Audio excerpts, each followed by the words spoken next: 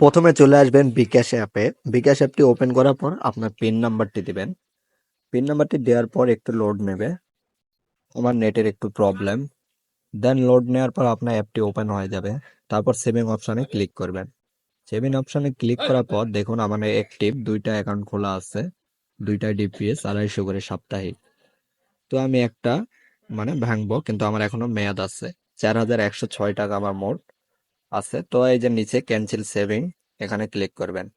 তারপর দেখুন এখানে কনফার্ম করতে বলতেছে। আর এখন যদি আমি ক্যান্সেল করি তাহলে আমার 4000 টাকা দিবে, লাভ অংশটা তারা কেটে নেবে। পুনরায় রাখলে লাভ দিত।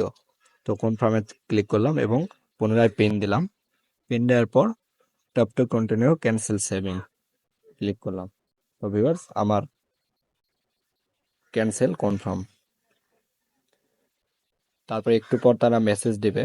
ব্র্যাক ব্যাংকের অ্যাকাউন্টে ছিল, আন্ডারে ছিল। ব্র্যাক ব্যাংক থেকে মেসেজ দিছে, dear client a request for cancellation for BRAC bank limited TPS. তো ভিউয়ার্স তারা কিছুক্ষণ সময় নেবে, কিছুক্ষণ সময়ের ভিতর তারা তাদের আপনার বিকাশে তারা অ্যাকাউন্টে টাকাটি মানে ইয়ে করবে, ক্যাশ আউট করবে।